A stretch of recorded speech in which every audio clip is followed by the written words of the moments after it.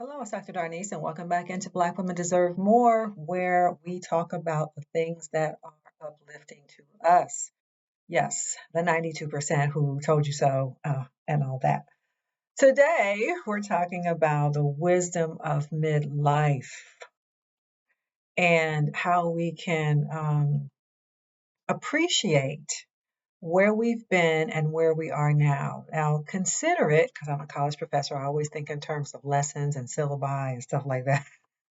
So, it's like the curriculum that life has given us to date is rich. It has given us everything we need to know to go forward. The curriculum of life, when I say that, is all the things that we've experienced, the lessons we've learned, the ones you've learned, not just the lessons you could have learned, the lessons you've learned, the skills you've gained, the experiences you've had, the struggles that you've had. All of those things have been your curriculum, especially those things that have been challenges. Because from our challenges, we have had to develop skills. We have had to attain new knowledge and hopefully turn that knowledge into wisdom. It is like going to school, right? Majoring in a certain topic and coming out of the end of that, graduating with a degree. So, whether you ever went to college or not, life itself has given you a curriculum. All of us. And a lot of times we don't like it. We're like, why am I repeating this grade? In my book over here, 40 something, I talk about repeat performances. And we all get caught in repeat performances. Some people stay in repeat performances their whole life. What is a repeat performance? It is when you keep doing the same thing over and over and over and hoping for a different outcome. They say that's also the definition of insanity, but I'm not going that far right now. For example, oftentimes in relationships, you know, have you ever realized that you have been dating the same type of person over and over and over? You have the same type of relationship over and over and over. And it leads you to say things like, all men are like this, all people are like this, there's no one left, no good people left, no good women left, nobody left. And from your experience, it certainly seems like that because you've been running into the repeat performance of having a certain mindset about other people who you date. And then as soon as the thing happens in your relationship, you go, see, I knew it, right? They all cheat, they all lie, they all say this, they all say that, they're not, this or that, they all full of XYZ. Really all? It's because of the experiences that we've been having and the mindset we have in terms of the expectation of what we're going to find out in the world, right? The expectation that we have in here is going to be mirrored. We are going to find exactly what we expect to find. So sometimes we can't even realize, oh, I'm in a loop, I'm in a cycle called a repeat performance because I think that there's nobody good left. So who else are you going to meet out there? Only the ones who are no good. There could be somebody who's perfectly good for you, walk right up to you, standing in a Starbucks or wherever you go, standing in Walmart, hopefully not Target because the boycott is still on. But anyway, I digress. Wherever you go, there could be somebody good for you, walk right by, you will not see them. It's like you will just look right over them because your mind has already set for there are no good people left. So the repeat performance you have is that you end up with somebody who you're just putting up with. You're waiting for them to fail in a certain kind of way. You're waiting for the shoe to drop. You're waiting, so you're guarded. You're hypervigilant, right? You have anxiety. And other people in your life tell you, you know what, you seem like you always end up with the same type of person. You always complaining about the same type of thing. And it could be a job.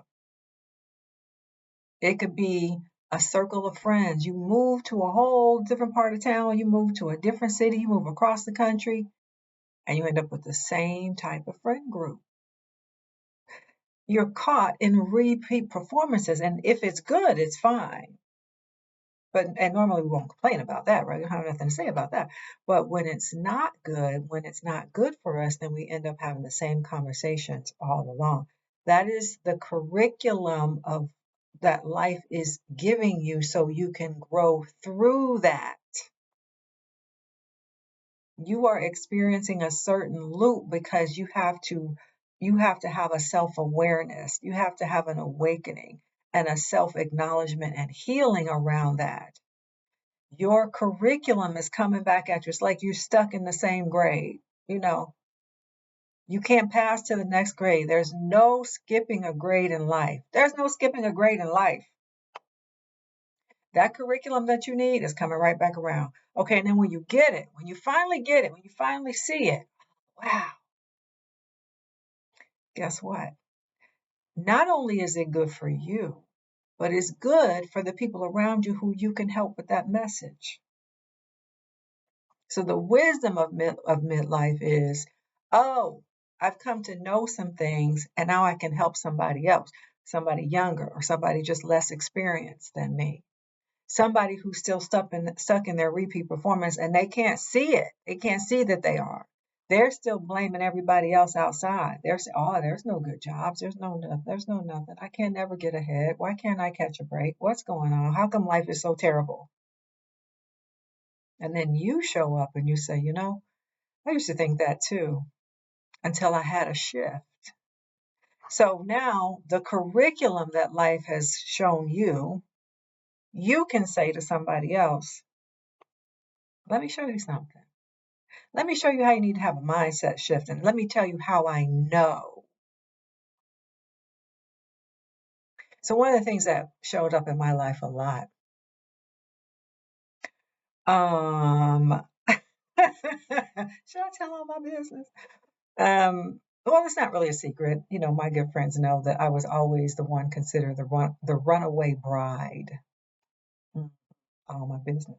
I didn't ever want to be married.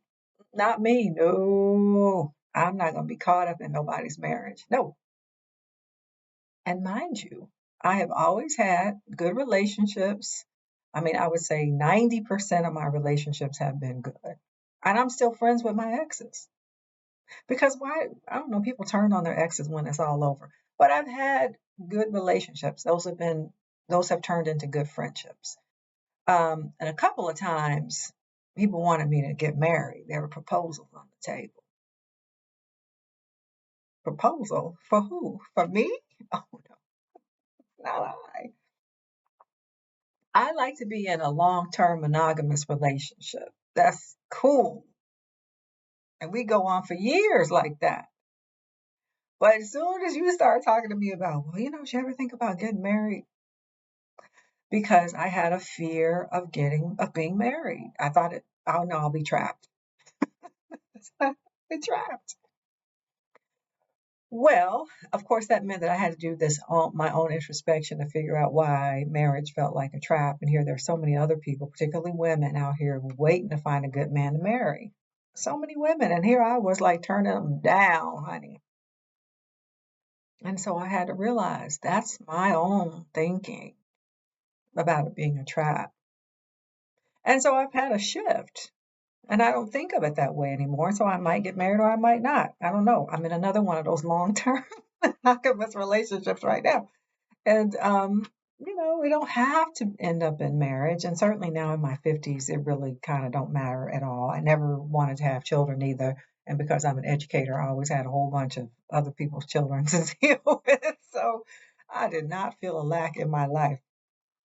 But that reaction or being the runaway bride um, showed me my own commitment issues. Commitment issues. So the curriculum came back around, right? Would continually to come back around of like, why are you so afraid? Why are you so afraid? Why are you so afraid? And so I had to graduate from that. But in order to do that, I have to go within, right? So we tend to think when we're having those repeat performances or when we're having some things go wrong in our lives, we tend to look outside of ourselves for the answer. Like somebody else is going to come with a magic pill and or the magic wand and wave it over us, and they're just going to fix it and they're going to fix us. But that's just not how this thing goes. The wisdom of midlife is, oh, I really can't expect this to change on the outside. It's really got to change from within because my life experience has been showing me all along that how I thought this was supposed to work, that's not how this works. That's not how this goes. And if you're paying attention to your own life experiences, you'll realize, oh, I keep having the same repeat performance. I keep having the same experience. Maybe I really need to pay attention to what that's about, right? So when you pay attention to what that's about, you come around and you're like, oh, well, maybe I had a little, mm, somehow or another, I have been afraid. I've been afraid of commitment. So what I say, I regret it. No, there's no one I look back on and say, oh, I should have married this one or that one. No, you know what? Because we're still friends. And I can call them on the phone and have a great conversation and hang up and let them go back to the person they're married to right now. Like, oh, say hello to your wife. I don't feel like I missed out, but where I would have missed out is if I didn't pass my curriculum, if I didn't understand my syllabus, if I didn't pass my exam and know, oh, that's really on the inside of me. It's not out here. The gold that we're often searching for, meaning the magic pill, the magic wand, is not outside of us. It's within. And so the curriculum that life gives us makes us really valuable resources out here. Not only for ourselves, but you become such a valuable resource for younger folks, for people who are less experienced. So even as we get older and we become elders, this is why we need to value our elders because their curriculum, they're down the road, right? They got 20, 30 years on us in terms of curriculum. They can look back and say, let me tell you what that is. Let me tell you why that's not going to work out the way you think it is. Let me tell you to go left and not right. Go right and not left here. So as we get older, we have more wisdom to share. Now, younger people act like they don't want to hear from us, right? I mean, they might want to hear from us at 50 something. But, as people in our society, as people get older, they tend to get discarded when they're like over 70. But it's rich. It's a rich, they are a rich resource, and our society would do well to value the elders. And so here we are in our midlife, maybe on the other side of midlife now. Um, Here we are with our great midlife wisdom. And one, like I said, is for us to know all this time I have been searching for somebody else to come along and make me happy, somebody else to come along and make it right, somebody else to wave the magic wand. You know what? It's always been in me. And I can trust it if for no other reason than my own life experience has shown me. I've had a curriculum as if God assigned it to me and said, you're going to work on this in this lifetime. Here is your syllabus. God created the syllabus. I love to create a syllabus for my classes. God created a syllabus and said, here you go work on that. And then you said, oh, okay. And then you're like, I don't like this. I don't like this at all. But then you gain experiences, you gain wisdom, you gain knowledge, you gain skills, and you go, oh, guess what? I am my greatest resource. And part of my greatest resource is knowing how to tap into other people's wisdom because I can't know everything, right? But I am my greatest resource in the sense of my own awakening, my own self awareness. So when it's time to go talk to somebody smarter than me, I do, right? I need to be in a room with people smarter than me. You need to be in a room with people smarter than you. Read books with people who are smarter than you. I need to talk to older people and find out what their life curriculum has told them. Anyway, I think y'all get it. Leave me some comments. Let me know what you're thinking in terms of what you have learned, what you've learned about yourself. What is the wisdom that you bring to midlife? What is the wisdom that now you can share with other people? What you know and how you know it, right? Maybe I should call it that. What you know and how you know it. Because other people, especially young people, will, kind of test you. How do you know? You think you know everything. You don't know how it is now. Things are different now. Some things are different, but really, there's nothing new under the sun. Put that in the comments. Nothing new under the sun. Our grandparents were telling us things, and here we are. I don't know about you, but sometimes I look in the mirror and I'm like, wow, my mother is staring back at me. I hear my mother's voice in my head, or I'm standing in the way that my mother would stand, right? Like I look like her right now. Mm. So anyway, here's where you can take some I don't know what we call it, some self-confidence, some pride in who you are now. You stand at a point in life of great midlife wisdom. Uh, Take that in for yourself in terms of your own self-awareness, self-awakening, and share it with somebody else. So I'm going to leave it there. Yeah, leave me some comments. As I said before, I'm starting a new Substack. It is about all these all this midlife wisdom. That's what I'm doing on Substack. Midlife wisdom, especially for those of us who are 50 something.